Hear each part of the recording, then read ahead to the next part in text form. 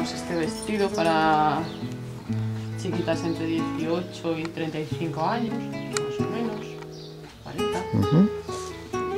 Es ropa más bien de calle, no es ropa mucho de fiesta. Chaquetitas de punto, finas, largas. Que es lo que se va a llevar este verano, ¿no? Sí, claro. Y mucho blusón largo para mallas. Y Los colores. colores azules, rojos, rosas, colores muy resaltados, muy vivos, colores vivos. Y los chicos también, mucha camisa malva, mucho azul, para los clasetes también, los polos con cuello, haciendo como si tienes una camisa por abajo, con doble manga.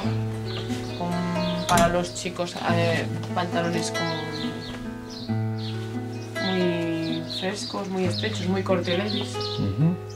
Marca Stack. ¿Cuáles son las marcas? Este es de Stacks. Y los polos son del grupo 54. La ropa de chicas de siempre es Viernes, Zoller.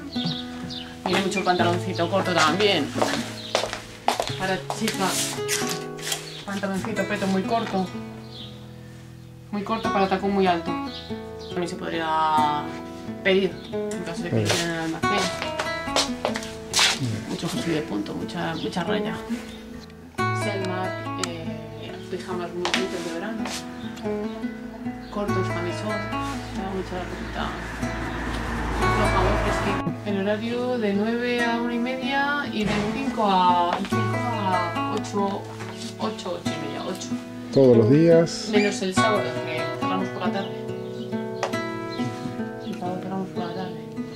Y en septiembre probablemente una semanita de vacaciones.